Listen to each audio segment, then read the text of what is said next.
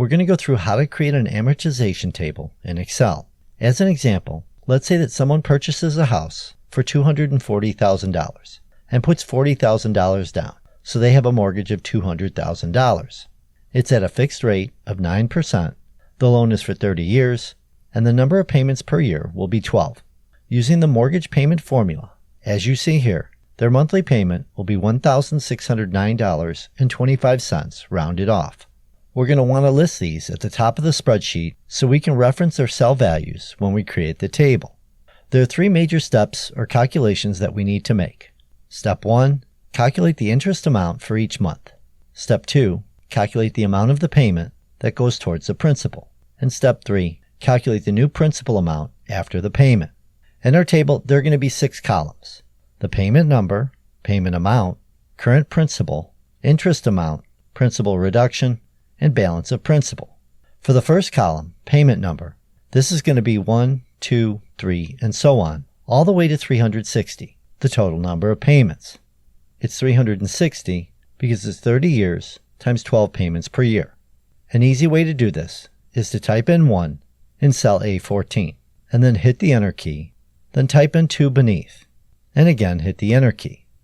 From here, left-click and hold, and drag over both cells. Then release the left-click and hold so both cells are highlighted. From here, go down to the bottom right-hand corner of the highlighted cells, and you'll see the cursor turn black. From here, left-click and hold and drag down to where 360 will be. And you'll see this little pop-up that will help with that. Then release the left-click and hold, and the values will be entered into the cells. Now for the second column, the payment amount. This will always be the $1,609.25 payment we calculated a moment ago. So we can type that into cell B14 and hit the Enter key. Since this is always going to be $1,609.25, this value needs to go in this column for the whole table. To do this, we left-click on cell B14 so it's highlighted. From here, go down to the bottom right-hand corner of the highlighted cell, and again, you'll see the cursor turn black. From here, left-click and hold and drag down to the end of the table, to where payment number 360 is. And then release the left-click and hold, and the column has been filled in. The third column, the current principal, will be the principal amount before the current payment number. So the current principal amount before payment number 1 will be $200,000. So we can type that into cell C14 and hit the Enter key. The fourth column, the interest amount, is the interest amount for 1 month on the current principal amount, and this number will change each month. The formula to calculate this is interest equals the principal times the rate times time. And remember, time is 1 month here, so this will be 1/12. And here is the calculation done by hand for the first month. To do this calculation in Excel, we start by left-clicking on the cell we want to put the answer in. In this case, cell D14, so it is highlighted. Next, we type in an equal sign. Now, referring to the formula, we left-click on the current principal amount, cell C14. Then we type in a multiplication sign, which is Shift 8 on the keyboard. From here, we left-click on the rate, cell B5. Then we type in another multiplication sign. Next, we type in an open parentheses, Shift 9 on the keyboard. Then we type in a 1. Now we type in a division sign, which is a / in Excel. And from here, we left-click on the number of payments per year, cell B7. Then we type in a close parentheses, Shift 0 on the keyboard. And now we hit the Enter key, and we have our answer of $1,500. Before we move on, we're going to make a few modifications to the formula we just entered into cell D14 to make building the table much easier. We're going to left-click on cell D14 so it is highlighted. Now we're going to go up to the text in the formula bar and put the cursor in front of the first B and left-click. Now we're going to type in a $, which is Shift 4 on the keyboard. Then we're going to use the right arrow key on the keyboard and go over one place to where we're in front of the 5. And we're going to put in another $. Next, we're going to use the right arrow key and go over to where we're in front of the second B, and again, put in another $. And now we're going to go over one place to where we're in front of the 7 and again put in another $sign. Then we can hit the Enter key. And what we've done in this formula is given an absolute reference to these cells, which, as you'll see in a moment, will help us create this table much quicker. The fifth column, the principal reduction, is the amount of the current payment that will go towards the principal. The formula for this is principal reduction equals the monthly payment minus the interest amount for the month, which we just calculated. And here is this calculation done by hand. To do this calculation in Excel, we start by left-clicking on the cell we want to put the answer in. In this case, cell E14, so it is highlighted. Next, we type in an equal sign. Now, referring to the formula, we left-click on the payment amount, cell B14. Then we type in a minus sign. And next, we left-click on the interest amount for the month, cell D14. Then we can hit the Enter key, and we have our answer of $109.25. The last column, the balance of principal, is the new principal amount after the current payment and current principal reduction are applied. The formula for this is the current principal amount minus the principal reduction.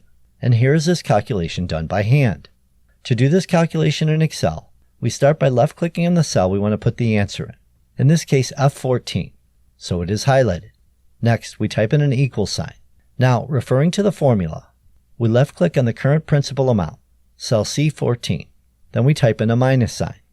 Next, we left-click on the principal reduction amount for the month, cell E14. Then we can hit the Enter key, and we have our answer of $199,890.75. And the first row of the table is complete. Now for the second row, which is going to be much quicker. For the current principal amount, this is the same value as the last column of the previous row, the balance of principal amount, which is $199,890.75. To enter this into Excel, we start by left-clicking on the cell we want to put the answer in, cell C15, so it is highlighted. Next, we type in an equal sign, and from here, we left-click on the previous row's balance of principal amount, cell F14. Then we hit the Enter key, and we have $199,890.75 entered into the cell.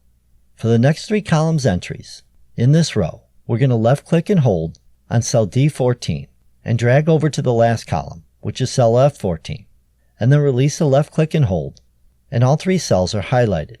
From here, we're going to hover the cursor over the cells and go to the bottom right-hand corner of the furthest right cell, cell F14, and the cursor will turn black.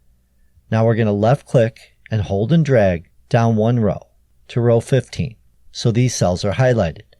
Then we release the left-click and hold, and the entries have been made. Now for the power of Excel. Because we basically have only one more step to finish the table.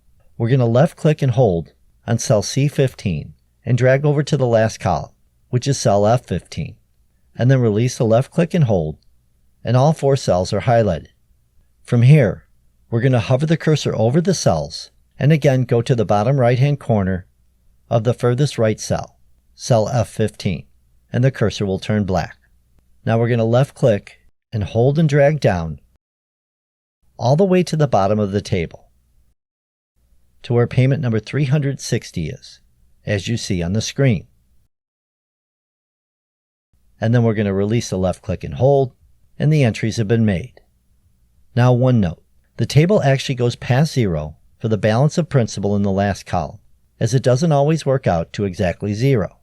So for the last payment, we're going to adjust it by adding the previous balance of principal, $1,588.61, plus the interest for payment number 360. To do this, we left-click on cell B373, the last payment cell amount, so it is highlighted. Then we type in an equal sign. Next, we left-click on the previous balance of principal, cell F372. From here, we type in an addition sign. Then we left-click on the last interest amount, cell D373, and then we hit the Enter key. So the last payment will be $1,600.52. And now the balance of principal is at zero. And our amortization table is complete. All right, my friends, hopefully you got something out of this video. I do have more videos right there for you. Till next time, I am out of here.